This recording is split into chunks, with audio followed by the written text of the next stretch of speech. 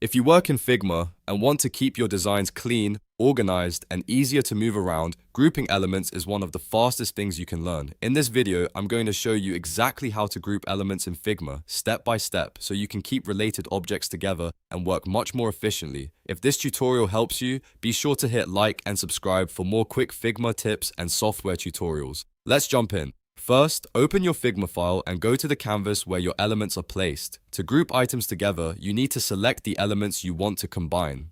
One way to do that is by clicking and dragging a blue selection box over the items on the canvas. As you drag across the objects, Figma will highlight everything inside that box, making it easy to select multiple elements at once.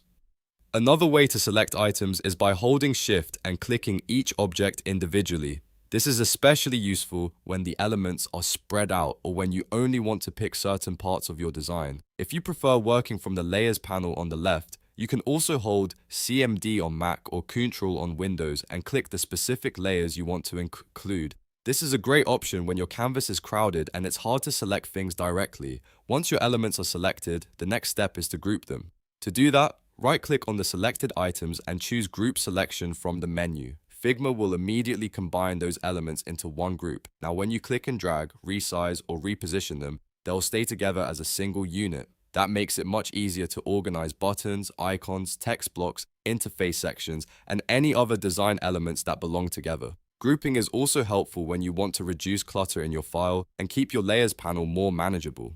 Instead of dealing with a long list of separate objects, you can wrap related content into a clean group and edit it more efficiently. If you ever need to make changes later, you can always ungroup the elements and separate them again. So the process is simple. Select the elements, right-click, and choose Group Selection. That's all it takes to group elements in Figma. If you found this useful, don't forget to like the video, subscribe to the channel, and turn on notifications so you never miss the next Figma tutorial. Thanks for watching, and I'll see you in the next one.